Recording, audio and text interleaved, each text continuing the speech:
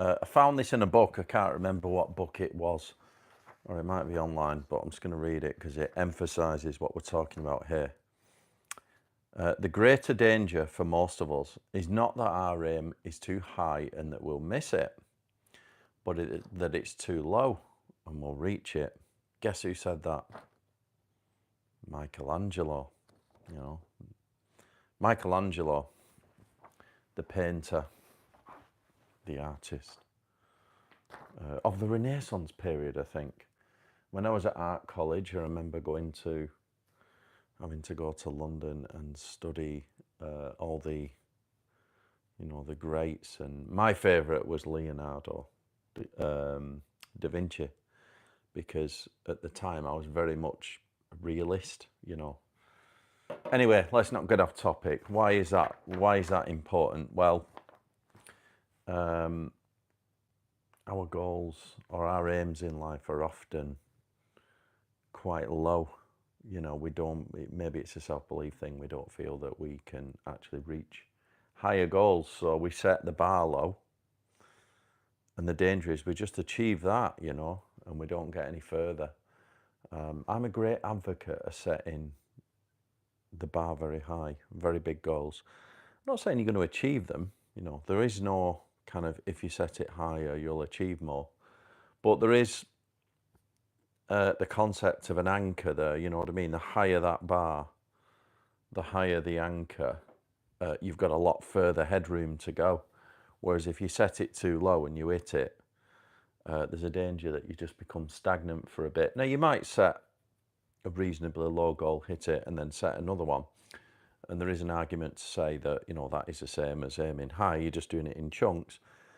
Yes, well, why not just set the bar high to start with and then segment that down, like break it down? So yeah, and I used to be a bit like this. I used to believe that, I think it was imposter syndrome when I first set off in my career. I used to believe that, oh, that's not for me. That's not for me. Maybe one day, but not now. And in terms of career aspirations, I used to set the bar fairly low, as in it'll just be the next step up. And then I learned very quickly that the best scenario, it's a bit like, when you go for a new job, the best scenario is aim massive, almost like fake it till you make it type stuff. Really, really aim high. Embellish your CV a little bit. I'm not saying lie, but you can certainly embellish your CV and your experience and go for it. And you know what? If you get the position, learn on the job, you better learn quick. That's how you get progress. There is a limit there, of course. You have to be confident that you can do it. But I think that's better than just, say, taking a minor pay rise or something like that. I just don't see the point. You've not got many opportunities. Like anything in life, if you're going for a new job, go right at the top of the salary band. And it's the same with anything in life. Like, in business, aim very, very, very high, and then just break it down into segmented chunks. Feeds into the identity thing that I talk about. Having this identity that's like a huge goal that can last, say, 10 years, right? So you might have an identity that you're going to become this, or you're going to be this person that starts a business in your niche, knowing that it's a 10-year journey, because that's how long business takes. But the minute you create that identity and start living accordance to it every day, you're on your way there, and maybe you'll get a little few results in 6 months, 12 months, 2 years, all that kind of thing. So that's why I like, in the journal, I always put, in there, you've got an identity which may last through several journals and several years. But you're going to work on 6-month blocks, aren't you, to achieve your goals? But your overall should be absolutely massive,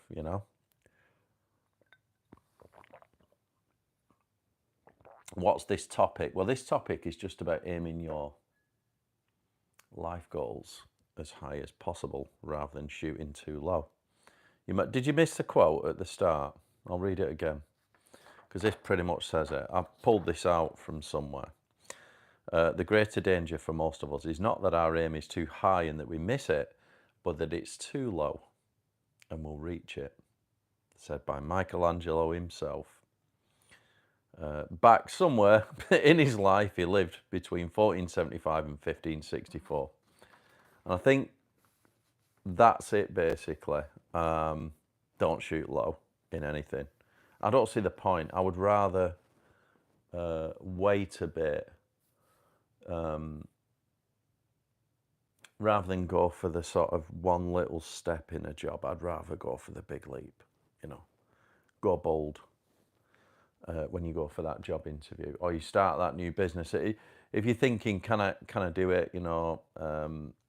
Starting business is really hard, of course. Now, when you start off to, let's say, what you would consider success, and success is not a point, it's like continuous, so you get better year on year.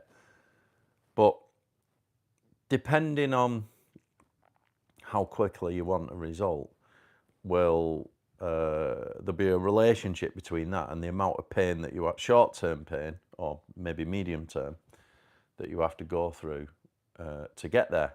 Because between setting that ambitious goal and achieving some kind of a result, you might have to sacrifice a lot of your own personal time and money and resources and do things like tightening up on spending. So, like if you're starting a business, say, you have to put a lot of funds into it, a lot of personal funds, a lot of effort, depending on how much you need. Now, you can always cushion it and soften it, you know what I mean? If you want to do it over a longer period and you're prepared to wait it out, and that's fine. So the pain isn't too drastic. But if you really want something, I do believe that you can, just chuck yourself in the deep end and set that really ambitious goal and go for it. And it depends on your appetite, basically. But that's about it, really. I believe in, setting ambitious goals. First thing to do, I always say, where is it now? Here we go. The identity evolution cycle. At the top, set your identity, which is, I'm going to create this business or whatever. That'll be part of your identity. I'm the business owner or whatever. And then you're going to create the plan, which is your goal section. And then you're going to start working towards it every day with your continuous improvement and your habits. And eventually that will confirm that identity. That's how it works. So your identity is like your long-term vision. Maybe that's 5-10 years in the making, and you're going to create sort of 6 monthly projects that are going to work towards it bit by bit. There's a little quote here, actually. I put it in the journal, nicked it out of Limitless, Jim Quick's book. And it sort of emphasizes this diagram, because you can keep feeding in a new identity at the top as you improve, right? So the identity evolution cycle, you feed in a new identity. I'm going to start this business or whatever. I'm going to get in the best shape of my life. You create some fitness goals or business goals, and then you start working towards it each day with your habits. So the Jim Quick quote is, you have limitless identities. Once you get to the next level, there is another level and another level. And that's the essence of this diagram. So you just keep going, you keep improving, right? And it's just a cycle. You keep feeding in, because eventually, you develop the habits, and your habits confirm the identity. And then you just keep refining it and keep feeding in. So, you improve your habits and just get better and better and better. The book is my journal, the Journal for Goal Achievement. You invited me to plug it there by asking what it were. There is a link down below if you want one. It's all guided through, but essentially, that is what it's about. The identity evolution cycle is very, very... You can also go on the website and just download the diagram, as a PDF. And just have a look at it. Or you can just take a screenshot of that and mirror it, because it'll be on a live, so you'll have to mirror it. you know, and then obviously you set the goals and things. And I will. Oh, right. Let me just explain. I'll just read my identity. I've done this a few times, so I'll fill mine out. This is what I've ended up with. My new identity, right? I want to have value in my IT business and also in my authoring businesses, so that both are successful.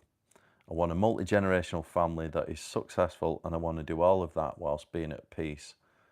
So out of them sort of 2 or 3 paragraphs there, you can then break that down into some real actionable goals, of which, you know, you fill this thing out, and then I've got my goals here. So I can't really show them because they're very private, but there they are. Business goals, 2 business goals, 2 businesses, fitness goals. I've got like personal investment goals, and then like a very personal kind of family goal. And all them relate back to that identity, and that identity I've had pretty much my whole life, right? So it's a huge thing. I've aimed very high there. I always knew right from the age of about 12 that I'd have some kind of business like I've got, and that was my long-term goal. Creating it took me 12 years. You know, it's massive, like 12 years now. But that's what I mean. When I first started there, I had no idea how long it would take to achieve, how big it was, you know, the size of that. It's certainly not something you could achieve in 6 months. And, you know, I feel like I've been to hell and back doing it, or, you know, getting into financial trouble, all this. But you would be surprised, you know, how much you can achieve just by working towards very, very big, ambitious goals. Just done a new one this year with the e-commerce business, obviously selling the journals. That one's not as big as my main tech business. I always think I must have been a bit naive when I created that tech business, because it was like massive, and I just had this vision. I just thought, I'm just going to go for it. You know, massive competition. Looked absolutely impossible at the time based on the money I had to hand. Didn't have anything.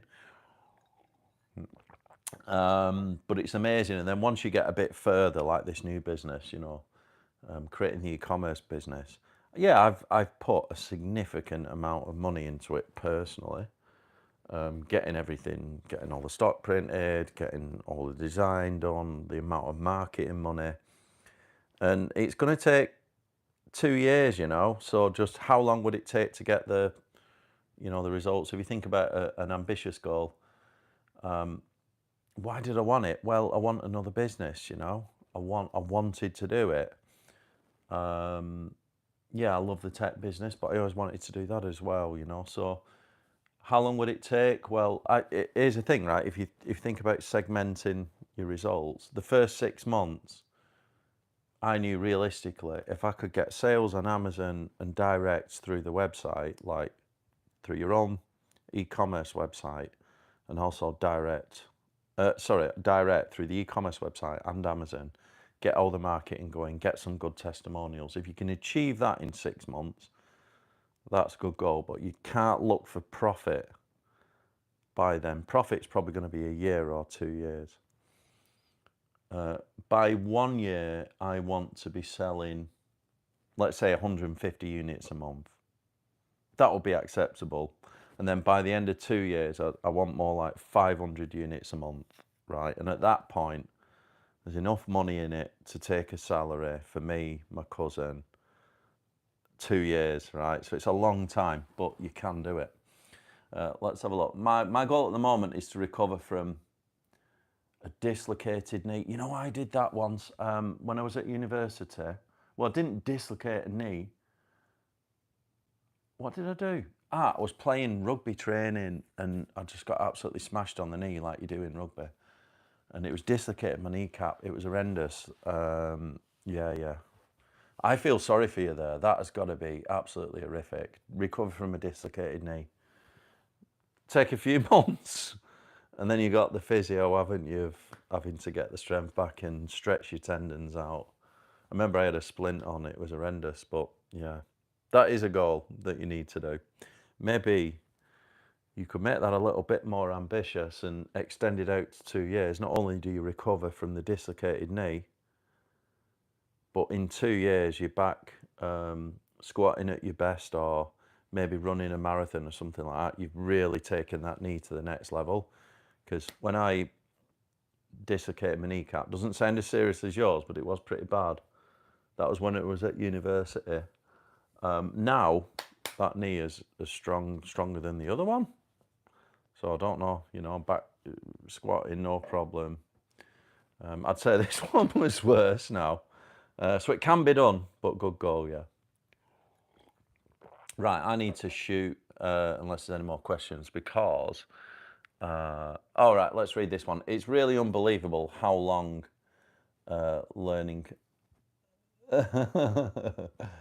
yeah. So how long-term thinking changes the long-term results. Yeah, long-term thinking. You are exactly right. How long-term thinking changes the results. 100%.